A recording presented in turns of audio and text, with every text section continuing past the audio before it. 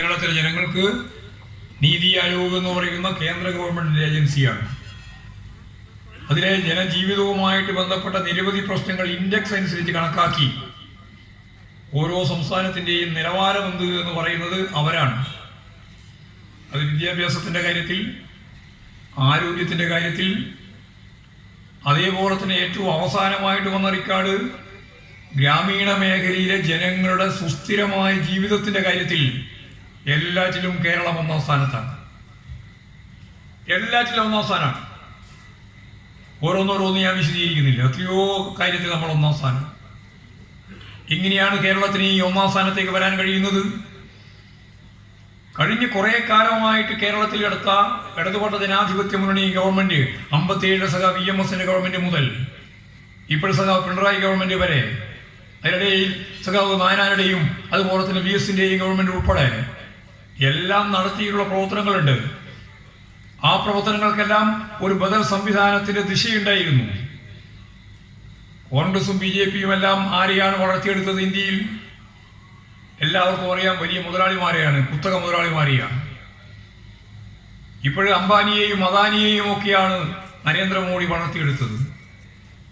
നരേന്ദ്രമോദി അധികാരത്തിൽ വരുമ്പോൾ 0.5 ലക്ഷം കോടിയായിരുന്നു അദാനിയുടെ ഏറ്റവും പ്രധാനപ്പെട്ട സ്വത്ത്, ആസ്തി. കൃത്യമായിട്ട് ശ്രദ്ധിച്ചോ, 0.5 ലക്ഷം കോടി. ഇതാണ് അന്നത്തെ കണക്ക്, 10 കൊല്ലം മുമ്പ്. ഇപ്പോഴോ 11.44 ലക്ഷം കോടിയാണ് ആസ്തി. എങ്ങനെയാണ് ഇതുണ്ടാക്കിയത്? ബുദ്ധി കൊണ്ടാണോ? ബുദ്ധി ഉപയോഗിച്ചുണ്ടാക്കിയതാണോ ഈ സമ്പത്ത്? 11.44 ലക്ഷം എന്ന് പറഞ്ഞാൽ കണക്ക് കൂട്ടുമ്പോൾ നിങ്ങൾക്കറിയാം, ഒരു ദിവസത്തെ ആസ്തി വർധനവ് 1600 കോടി. ഒരു ദിവസത്തെ ആസ്തി വർധനവ് അദാനിക്ക് 1600 കോടി രൂപയാണ് ഒരു ദിവസം. അങ്ങനെ 365 ദിവസം, അങ്ങനെ 10 കൊല്ലം കണക്ക് കൂട്ടിയാൽ മാത്രമേ ഈ പറയുന്ന 11.44 ലക്ഷം കോടിയിലേക്ക് എത്താൻ സാധിക്കൂ. ഇത് ഈ രാജ്യത്തിന്റെ സമ്പത്തല്ലേ? ജനങ്ങൾ അധ്വാനിച്ച് രൂപപ്പെടുത്തിയ സമ്പത്തല്ലേ? പൊതുമേഖലാ സ്ഥാപനങ്ങൾ മുഴുവൻ വിറ്റ് തുറച്ചപ്പോഴും അതെല്ലാം വാങ്ങിക്കൂട്ടി. ശരിയായ പകൽ കൊള്ള. അവരെയാണ് നിങ്ങൾ വളർത്തിയെടുത്തത്. അവർക്ക് വേണ്ടിയാണ് നിങ്ങൾ നിലപാടുകൾ സ്വീകരിച്ചത്. അദാനിയെ പറ്റി പറഞ്ഞാൽ അദാനി മാത്രമല്ല, അദാനിയോടൊപ്പം തന്നെ അംബാനിയുണ്ട്. ഇവരെല്ലാം ഈ രീതിയിലുള്ള വമ്പിച്ച സമ്പത്താണ് ആർജിച്ചത്. അതുകൊണ്ടാണ് ഞങ്ങൾ പറയുന്നത്, സമ്പന്നർ കൂടുതൽ സമ്പന്നരാകുക, ദരിദ്രർ കൂടുതൽ ദരിദ്രരാകുക. ഇതാണ് മുതലാളിത്ത പ്രതിസന്ധി. മാർക്സ് എത്രയോ നൂറ്റാണ്ടുകൾക്ക് മുമ്പ് തന്നെ വ്യക്തമാക്കിയത് അതാണ്. കഴിഞ്ഞ നൂറ്റാണ്ടിന് മുമ്പ് 1800കളുടെ ആദ്യം തന്നെ സമ്പന്നർ കൂടുതൽ സമ്പന്നരാകുന്നു, ദരിദ്രർ കൂടുതൽ ദരിദ്രരാകുന്നു. സമ്പത്ത് കേന്ദ്രീകരിക്കപ്പെടുന്നു, വികേന്ദ്രീകരിക്കുന്നില്ല.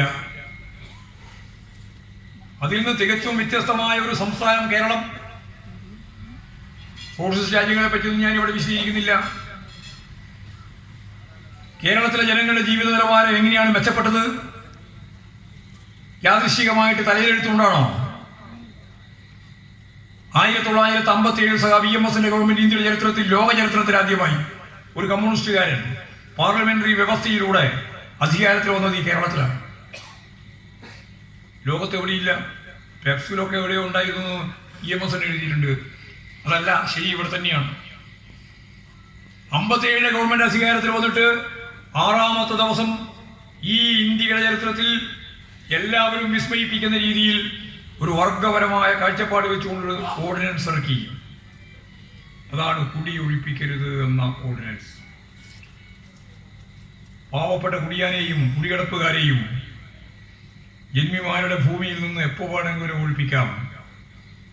വിച്ചുകാണലും കങ്കാണിയും നൂരിയും മുക്കാലും വാശിയും വണ്ണാത്തി മാറ്റിമുടക്കലും കല്ലും തോലും വെച്ചുകെട്ടലും കൂലിയാൻ ഉൾപ്പെടെയുള്ള അക്രമ പിരിവുകൾ കൊണ്ട് പാവപ്പെട്ട മനുഷ്യന്റെ, അധ്വാനിക്കുന്ന മനുഷ്യന്റെ, കുടിയാന്റെ, കുടികിടപ്പുകാരന്റെ, കർഷക തൊഴിലാളികളുടെ നട്ടെല്ല് തകർന്നു പോയ കാലം അതിൻ്റെ അന്ത്യം കുറിക്കുന്ന ഏറ്റവും പ്രധാനപ്പെട്ട കാൽവെപ്പ് അതാണ് 1957 ഏപ്രിൽ മാസം 11-ാം തീയതി VMSന്റെ ഗവൺമെന്റ് ഓർഡിനൻസായി ഇറക്കിയത് കുടിയൊഴിപ്പിക്കരുത്.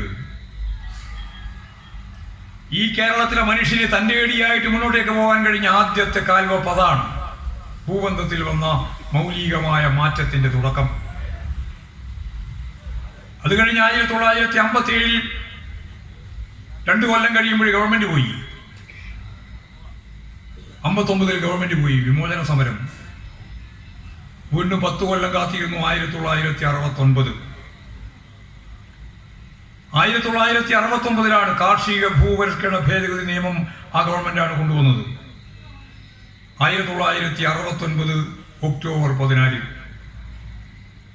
അന്നാണ് ഈ കേരളത്തിൽ ഒരു വർഗം ഇല്ലാതായത്. ഇന്ത്യയിലെ എല്ലാ സംസ്ഥാനങ്ങളിലും ഇപ്പോഴും ആ വർഗമുണ്ട്.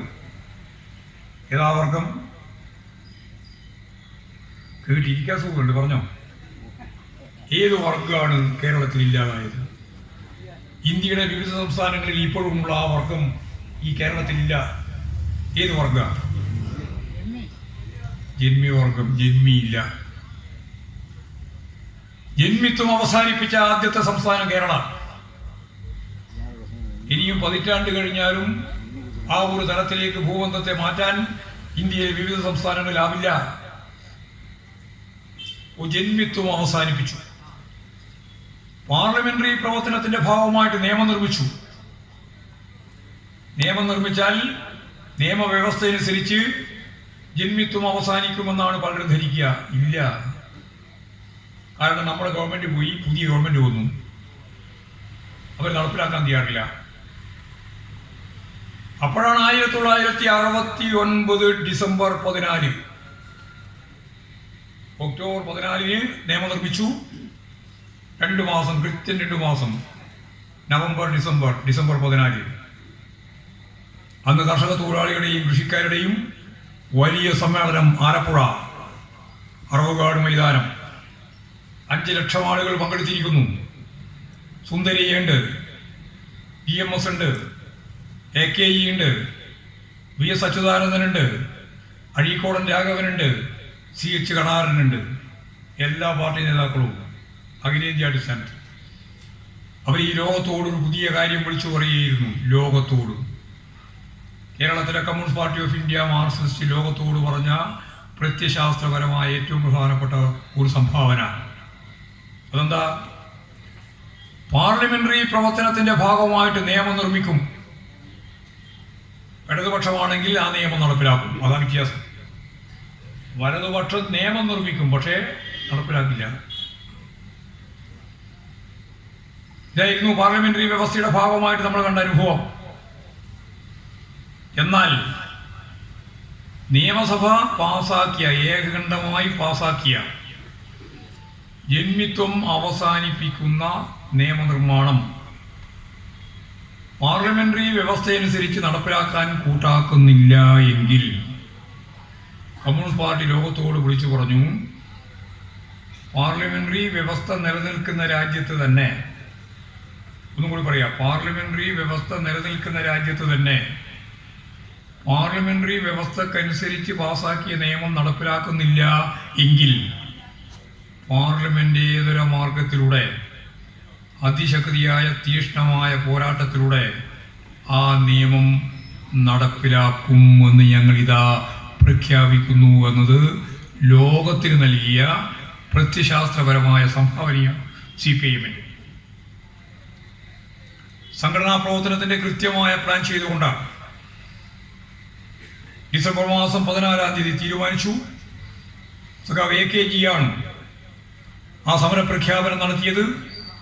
ആ സമരപ്രഖ്യാപനത്തിൽ കൃത്യമായിട്ട് സഖാവ് AKG പറഞ്ഞു, നിങ്ങൾ ഈ നിയമം നടപ്പിലാക്കിയാലും നടപ്പിലാക്കിയില്ലെങ്കിലും 1970 ജനുവരി മാസം 1 അന്ന് ഞങ്ങൾ ഈ നിയമം നടപ്പിലാക്കിയതായി പ്രഖ്യാപിക്കുന്നു എന്നാണ്.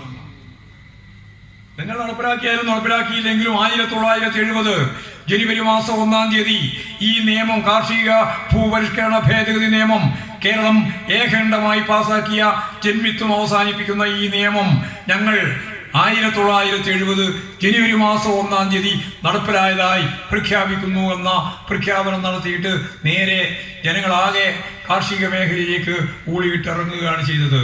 ജനുവരി മാസം 1 നമ്മുടെ എല്ലാ മേഖലയിലെയും കുടികിടപ്പ് പൂർണ്ണമായിട്ടും വളച്ചുകെട്ടി. ഭൂബന്ധത്തിൽ മൗലികമായ മാറ്റം വരുത്തിക്കൊണ്ട് വലിയ രീതിയിലുള്ള കുടിയാന്മാര്, കൃഷി ചെയ്തുകൊണ്ടിരിക്കുന്നവര്, കൃഷിക്കാര്, അവരെല്ലാം ഭൂമി സ്വന്തമാക്കി. ഇന്ത്യയുടെ ചരിത്രത്തിലെ ഒരു പുതിയ സംഭവമാണ്. ഇതാണ് ഈ കേരളത്തെ മറ്റു ചില സംസ്ഥാനങ്ങളിൽ നിന്ന് വ്യത്യസ്തമായി വേർതിരിക്കുന്ന ഒന്നാമത്തെ കാര്യം, മൗലികമായ കാര്യം. ഉൽപാദന വിതരണ സംവിധാനത്തിൽ, ഭൂബന്ധത്തിൽ മൗലികമായ മാറ്റം വന്നു. ആ ജന്മിത്വം അവസാനിച്ച് മുന്നേറിക്കൊണ്ടിരിക്കുന്ന സന്ദർഭത്തിലാണ് പിന്നീട് വന്ന ഗവൺമെന്റ് സാക്ഷരതാ പ്രസ്ഥാനം, ജനകീയാസൂത്രണം, അധികാര വികേന്ദ്രീകരണം, കുടുംബശ്രീ, ഇതിൻ്റെ എല്ലാം തുടർച്ചയായിട്ടാണ് ഇന്നത്തെ കേരളം. 62 ലക്ഷം വരുന്ന പാവപ്പെട്ട മനുഷ്യർക്ക് സേവന മേഖലയിൽ ഏറ്റവും പ്രധാനപ്പെട്ട പെൻഷൻ 1600 രൂപ.